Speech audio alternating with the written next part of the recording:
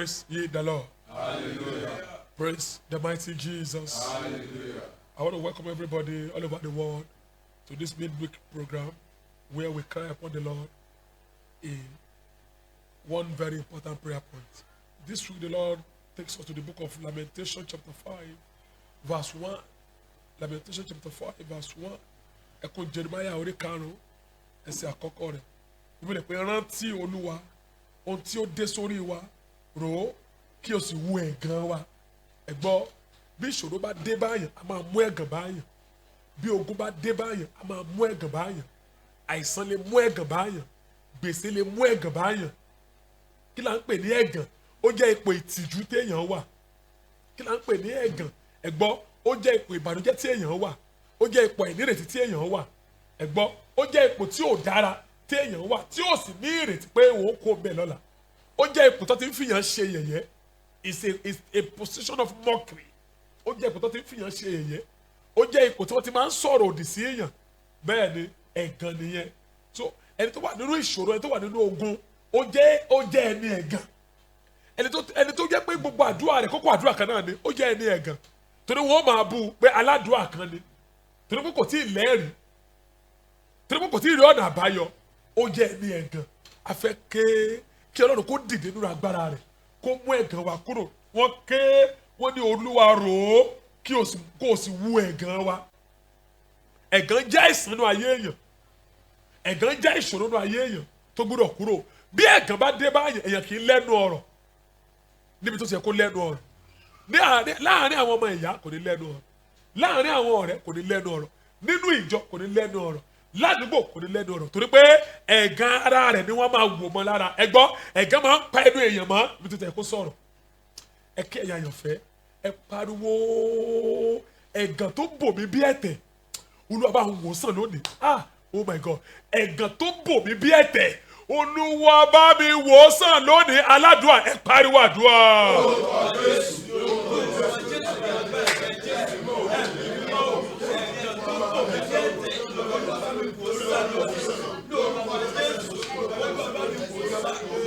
Olúwa wò ẹ̀gàn mi sàn lónìí. Gbogbo ẹ̀gàn tó bò mí bí ẹ̀tẹ̀ Olúwa bá ń wò sàn lónìí. Lórúkọ Jésù gbogbo ibi tí ẹ̀gàn ti bò mí bí ẹ̀tẹ̀ Olúwa wò ẹ̀gàn mi sàn. Wò ẹ̀gàn mi sàn. Wò ẹ̀gàn mi sàn. Wò ẹ̀gàn mi sàn. Wò ẹ̀gàn mi sàn. Ọlọ́run gbọ́ àdúrà lórúkọ Jésù Olúwa wá. Ẹ sọ fún Ọlọ́run gbogbo irúgbìn ẹ̀gàn lára mi èyí tó ti ń farahàn èyí tí ò ti ń farahàn Olúwa fàtúkọ̀ ojú oníná.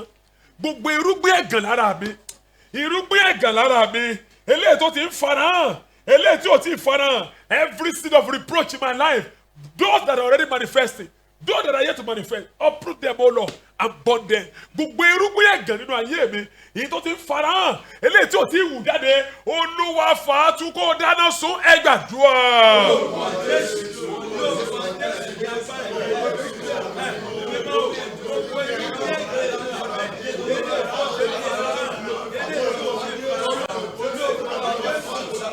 Ẹ sọ̀rọ̀ dáadáa ẹ sọ̀rọ̀ dáadáa ẹ sọ̀rọ̀ dáadáa. Irúgbìn ẹ̀gàn tó wà ní ayé mi irúgbìn ẹ̀gàn lára mi Olúwa fàtú lónìí. Olúwa dá iná sun dáná sun dáná sun dáná sun dáná sun dáná sun dáná sun dáná sun. Ọlọ́run gbọ́ àdúrà lórúkọ Jésù Olúwa wá. Ẹgbẹ́ lẹ́ẹ̀kẹta ẹ̀gàn tó ti bá ayé mi múlẹ̀ Olúwa fi náà pín wa níyà lónìí. Ẹ̀gàn tó bá ayé mi múlẹ̀ ẹ̀gàn tó ti bá iṣẹ́ mi múlẹ̀ ẹ̀gàn tó bá ìgbéyàwó mi múlẹ̀ ẹ̀gàn tó bá ẹ̀kọ́ mi múlẹ̀ gbogbo ẹ̀gàn tó ti bá ìrìn àjò mi múlẹ̀ Olúwa fi náà pín mi àti ẹ̀ níyà lónìí. Ẹ gbọ́ sókè ẹ gbàdúrà.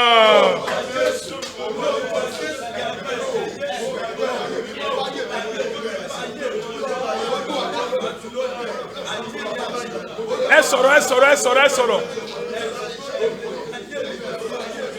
Gbogbo ẹ̀gàn tó ti bá mi múlẹ̀ láyé ẹ̀gàn tó bá ẹ̀kọ́ mi múlẹ̀ ẹ̀gàn tó bá iṣẹ́ mi múlẹ̀ ẹ̀gàn tó bá iṣẹ́ ìránṣẹ́ mi múlẹ̀ ẹ̀yin ìránṣẹ́ Ọlọ́run ẹ gbàdúrà yìí dáadáa. Gbogbo ẹ̀gàn tó bá iṣẹ́ ìránṣẹ́ mi múlẹ̀ Olúwa fi náà pín mi àti ẹ̀ níyà fi náà pín wa níyà fínà gbé wa níyà, fínà gbé wa níyà, fínà gbé wa níyà. Ọlọ́run gbọ́ àdúrà lórúkọ Jésù Olúwa wa.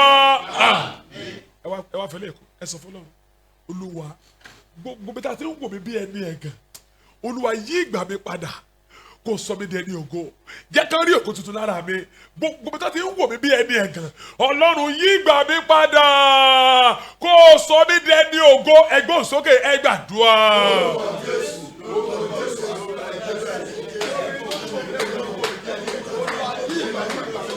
Olúwa nílé bàbá mi tó ti ń wò mí bí ẹni ẹ̀gàn nílé ìyá tó ń wò mí bí ẹni ẹ̀gàn nílé ọkọ tó ti ń wò mí bí ẹni ẹ̀gàn nílé àná tó ń wò mí bí ẹni ẹ̀gàn nínú ìjọ tó ń wò mí bí ẹni ẹ̀gàn ládùúgbò tí mo gbé tó ń wò mí bí ẹni ẹ̀gàn níbi iṣẹ́ tó ti ń wò mí bí ẹni ẹ̀gàn gbogbo bí tó ti ń fojú ẹ̀gàn wò mí Olúwa yí ìgbà mi padà ó yá sọ mí di ẹni ògo sọ mí di ẹni ògo sọ mí di ẹni ògo sọ mí di ẹni ògo sọ mí di ẹni ògo sọ mí di ẹni ògo yí ẹ̀gàn mi padà kó o sọ ẹ̀gàn mi di ògo yí ẹ̀gàn mi padà kó o sọ ẹ̀gàn mi di ògo Jésù yí ẹ̀gàn mi padà kó o sọ ẹ̀gàn mi di ògo Ọlọ́run gbọ́ àdúrà lórúkọ ti Jésù Kristi Olúwa wa.